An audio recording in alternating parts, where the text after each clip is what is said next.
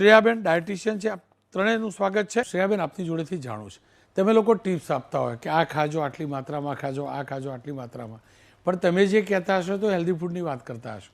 તમે ચણાની કોઈ પ્રોડક્ટ ખાવાની કીધી કે આટલી ખાવી, પણ એ ચણાની અંદર તો બીજું જ કંઈક આવતું હોય છે. આ શરીર માટે કેટલું ઘાતક છે અને આ પ્રકારનું ડાયટ વજીને કેટલું નુકસાન કરે છે?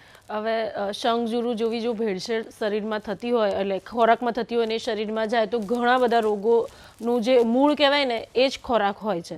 હવે શંખજીરું છે તો તમારા હોજરીને લગતા ઘણા બધા ડિઝીઝ થવાની સંભાવનાઓ રહે છે. સૌથી પહેલાં તો તમારા લંગ્સને ઇફેક્ટ કરે છે, એટલે તમારા રેસ્પિરેટરી સિસ્ટમને ડિઝીઝ થવાની શક્યતાઓ વધી જાય છે. ડાયરિયા, ઘણી વખત એવું હોય છે કે નાનું બચ્ચું બહારથી ચનાચોર ગરમ ખાઈને આવે ને ત્યારે આપણે એમ કહીએ છીએ કે ચટપટું ખાધું ને એટલે કદાચ ડાયરિયા થઈ ગયા, પાણીપુરી ખાધી તો ડાયરિયા થઈ ગયા, પણ એ ડાયરિયા પાણીપુરી ખાવાથી નહીં, એમાં થતી ભેળસેળના કારણે થઈ ગયા છે.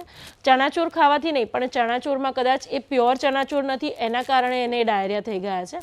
તો વોમિટિંગ, નોઝિયા, રેસ્પિરેટરી સિસ્ટમના ડિઝીઝ, અને જો વારંવાર એ ફૂડ પ્રોડક્ટની ભેળસેળવાળું ફૂડ જો શરીરમાં જાય ને તો લંગ્સને ઘણી બધી ઇફેક્ટ થતી હોય છે અને લંગ કેન્સર થવાના ડિઝીઝ પણ સામે આવતા હોય છે કે ઘણા બધા નાની ઉંમરના કેસીસમાં પણ લંગ્સને રિલેટેડ ડિઝીઝ થતા હોય છે.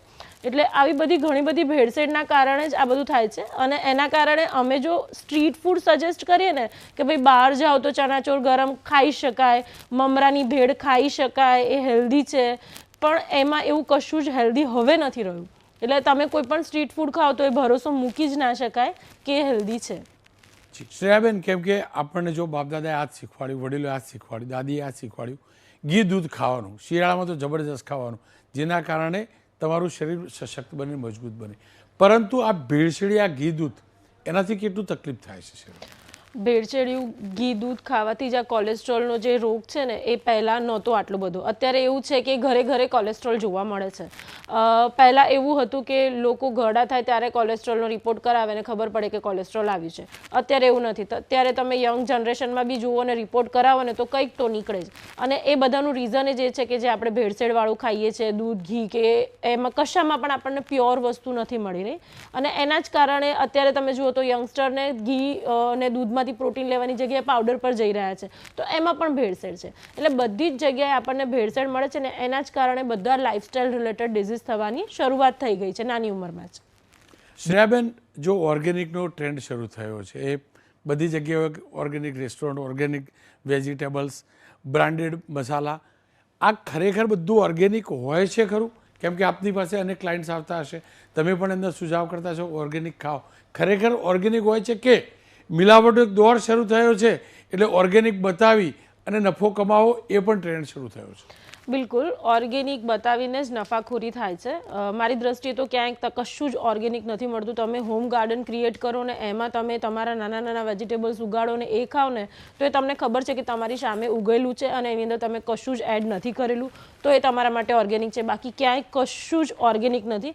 કારણ કે ગમે તેટલું સાલડ ખાવાનું કહીએ, ગમે તેટલા ગ્રીન વેજીટેબલ ખાવાનું કહીએ ને પેશન્ટ 100% ડાયટ ફોલો કર્યા પછી પણ એ લોકોનું HDL લેવલ સુધરતું નથી, એ લોકોનું કોલેસ્ટ્રોલ લેવલ સુધરતું નથી. કારણ કે એના માટેની કોઈ પણ માર્કેટમાં કોઈ મેડિસિન નથી HDL લેવલ સુધારવા માટેની. HDL એટલે ગુડ કોલેસ્ટ્રોલ. એ ગુડ કોલેસ્ટ્રોલ સુધારવા માટેની કોઈ જ દવા અવેલેબલ નથી. તમારું કોલેસ્ટ્રોલને કંટ્રોલ રાખે એના માટેની મેડિસિન હોય છે, બાકી તમારે ડાયટ પર જ ફોકસ કરવાનું ઇવન ડૉક્ટર્સ પણ કહે છે.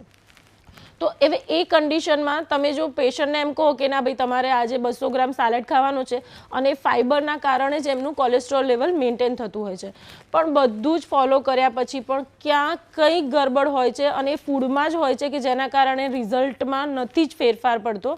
અને જ્યારે લેબોરેટરી ટેસ્ટ કરવામાં આવે ત્યારે એનું ટોટલ કોલેસ્ટ્રોલમાં ચેન્જીસ આવ્યો હોય છે, પણ HDL લેવલ ગુડ કોલેસ્ટ્રોલ તો નથી જ વધેલું હોતું.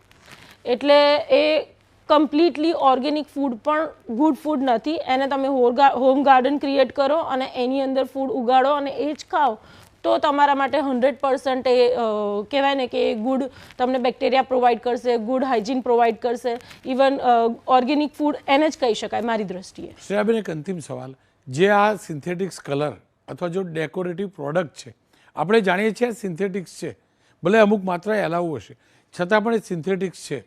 ખાસ કરીને જે સિન્થેટિક સોસ એ બધું આવે છે, એ બોડીને કેવી રીતે નુકસાન કરે છે?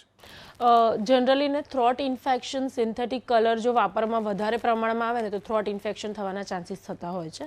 અને નાના બચ્ચાઓને તમે જુઓ તો છે ને ગળામાં છાલા પડી જતા હોય છે. નાના બચ્ચાઓ કેચઅપ વધારે ખાય તો એ કેચઅપના કારણે ગળું હંમેશા એમનું પકડાયેલું જ રહે કે ગળામાં દુખાય છે, ફૂડ એ સોલો નથી કરી શકતા. તો એ બધા જે આ કલર જો વધારે પ્રમાણમાં વાપરવામાં આવે ને તો એના કારણે ફૂડ કલરની એલર્જી થતી હોય છે. અને મોસ્ટલી બચ્ચાઓમાં વધારે જોવામાં આવે છે કારણ કે બચ્ચાઓ સ્ટ્રીટ ફૂડ વધારે ખાય, બચ્ચાઓ આવા કલરવાળું ફૂડ વધારે ખાતા હોય, એ લોકોને વધારે અટ્રેક્ટ કરે એટલે, અને એના જ કારણે બચ્ચાઓમાં આવે એલર્જીના ચાન્સીસ વધારે હોય છે. એટલે મારું માનવું એવું છે કે સ્ટ્રીટ ફૂડ બને એટલું પ્યોર ખાઓ. તમે અટ્રેક્શન પર ના જાઓ કે આ કલર આ ફૂડ સારું દેખાય છે એટલે ખાઓ, એવું નહીં. એનો ટેસ્ટ કેવો છે એ પહેલાં જુઓ, એની ગુણવત્તા કેવી છે એ જુઓ અને પછી ખાઓ. અટ્રેક્ટિવને તમે ફોકસ ના કરો, તમે એની ગુણવત્તાને ફોકસ કરો તો એક હેલ્ધી લાઈફસ્ટાઈલ જીવી શકાય. આ બંનેનો ખૂબ ખૂબ આભાર. ખેર, એ હકીકત છે મિલાવટ તમામ ઠેકાણે થવા લાગી છે. ખાદ્ય પદાર્થ, ભાગ્યે જ કોઈ પ્રકારનો ખાદ્ય પદાર્થ બાકી હશે જેમાં મિલાવટ નહીં થતી હોય. રાજકોટમાં સવિશેષ મિલાવટ પકડાય છે. બે કારણ હોઈ શકે. મહાનગરપાલિકા વધુ એક્ટિવ હોય એટલે પકડાતી હોય. બીજું કારણ કે આ ખરેખર ત્યાં મિલાવટખોરીનું પ્રમાણ વધુ હોય.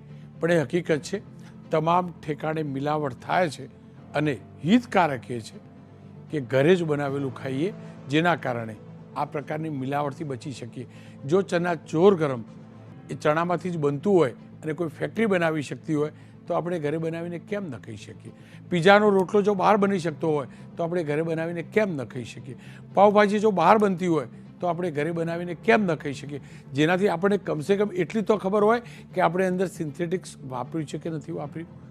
આપ તમામને ફરી એકવાર અપીલ છે, સાવધાન રહેજો. મિલાવટખોરો અને હેન કેન પ્રકારે વેપાર વધારવાની પ્રકૃતિવાળા લોકો વધુ સતર્ક છે. એટલે જરૂર છે આપણે વધુ સતર્ક થઈએ.